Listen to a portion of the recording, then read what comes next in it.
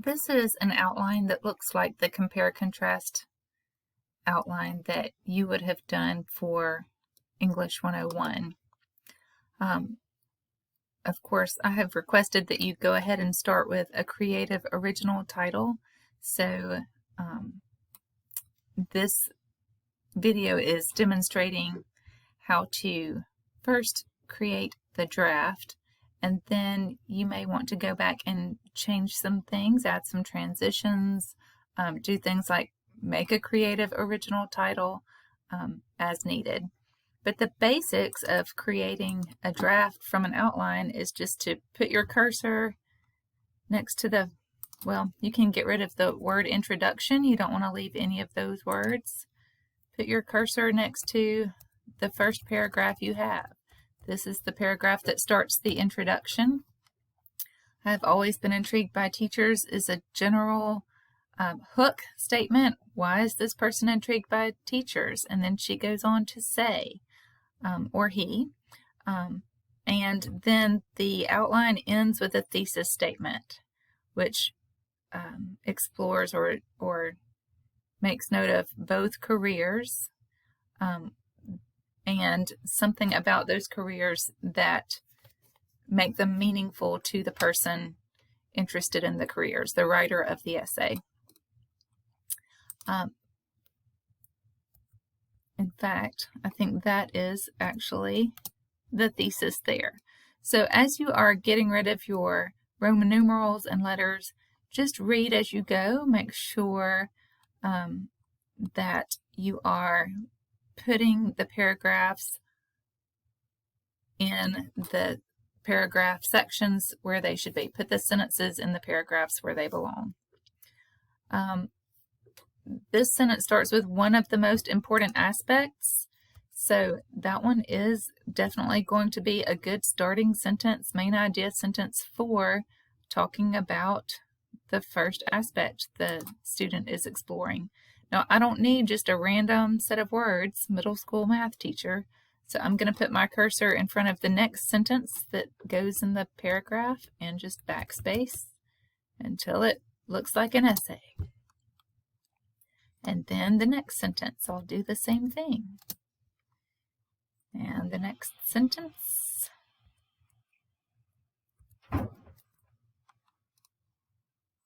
This is how it goes.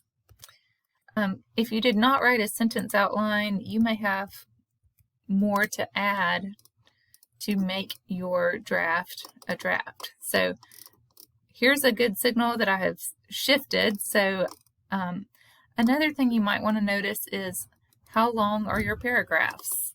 For college level writing, a paragraph is about half a page typed. So you may have up to 3 paragraphs in a single page, but if you have fewer than 3 paragraphs, like if you have more than 3 paragraphs, then you have not written enough. So add more if your paragraphs are skimpy. So a paragraph that is half a page long is a good college level paragraph.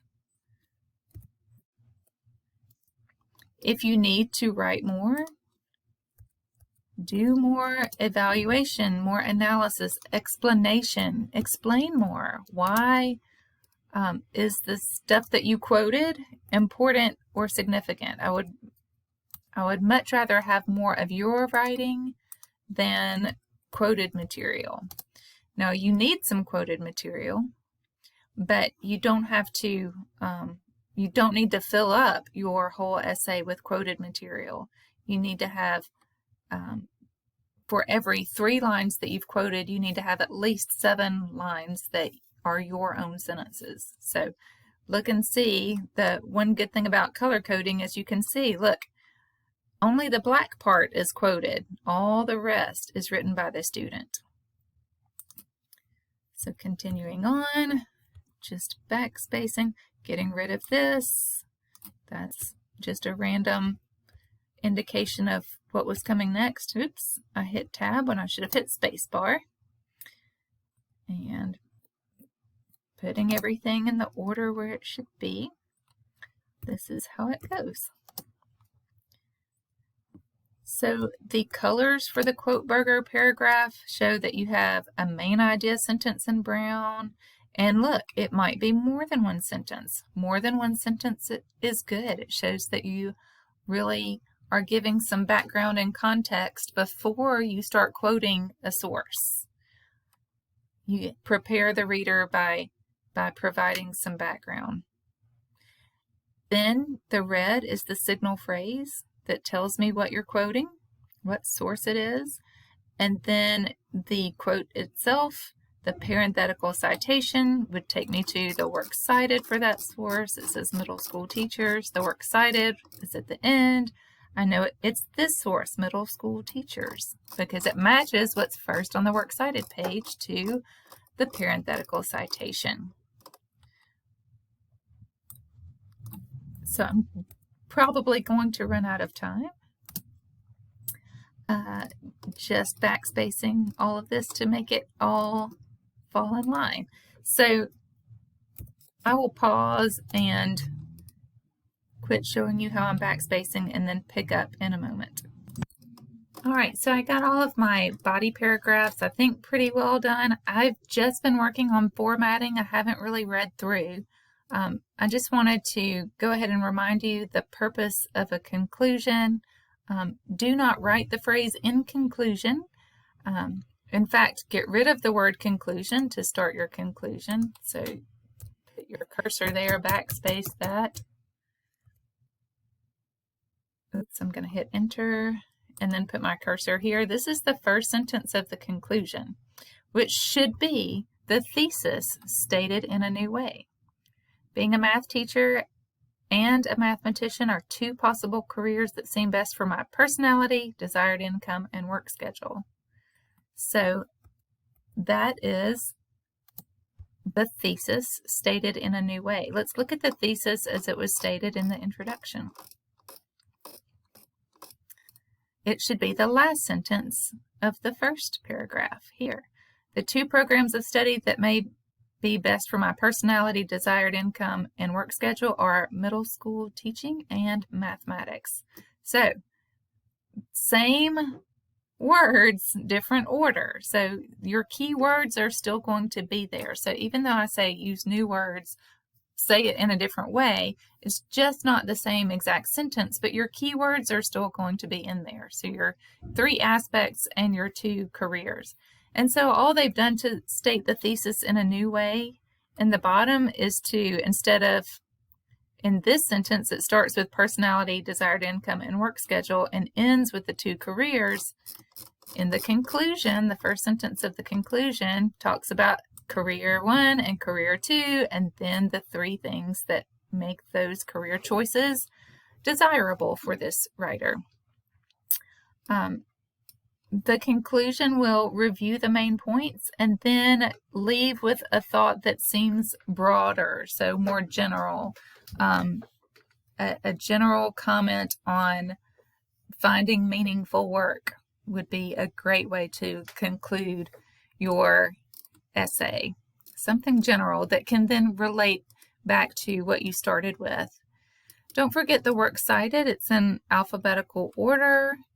You are only required to use 2, so the student could have just used the occupational handbook sources, but this person included an interview, which is great, and a comment they found on a blog or a website comment. Your formatting should be double-spaced, 12-point Times New Roman. Do attempt the quote burger colors. Remember, this person did not come up with the creative original title. So one way to come up with a creative original title, the easy way, is to use alliteration or some sort of literary device. If you find a sentence in your, or a phrase is even better, find a phrase in your essay that you feel like is a great phrase, and you could make that your title. So you could say math for me. I don't know. This is not the greatest title in the world, but It's short, it's alliterative. Notice the first and last word certainly are capitalized, and any word that's not a preposition, for is a preposition, or an article like a, an, and the, those words are not capitalized unless they're the first or last word, but all the other words of your title are capitalized. Notice there's no extra space between the heading and the title, or the title and the essay. Also, the title is not bold, it is not underlined, it's not in italics, it's not in quotation marks. So your title is important. It's the first thing that gets your reader's attention. So write a good one. There are some good transitions here. If you have not already written some transitions that show you are comparing and contrasting, make sure that you do that. Let me look for some good examples. So this is a paragraph that talks about personality traits of a mathematician. So that is this paragraph. Then there's a transition that talks about what this paragraph was about in the beginning, and then goes to what this current paragraph is going to be about. So we have, while the personality traits of a math teacher or a mathematician fit with my personality, it's transitioning to a new aspect. Another important aspect of any career I might choose is whether it fits with my goals for the income level I would like to live. So what they're saying with the first part of this sentence is, we just talked about personality, and now, reader, I want to take you to a new paragraph and a new topic that's going to be about income level. So that's the way you do that. You just start the sentence with a dependent clause that talks about, here's what we just talked about, and then finish it with an independent clause that tells the reader, here's the new topic. All right, hopefully this will clarify some things. If you have any questions, certainly email me through your class Blackboard page so I know which class you are in. I'm happy to answer questions for you.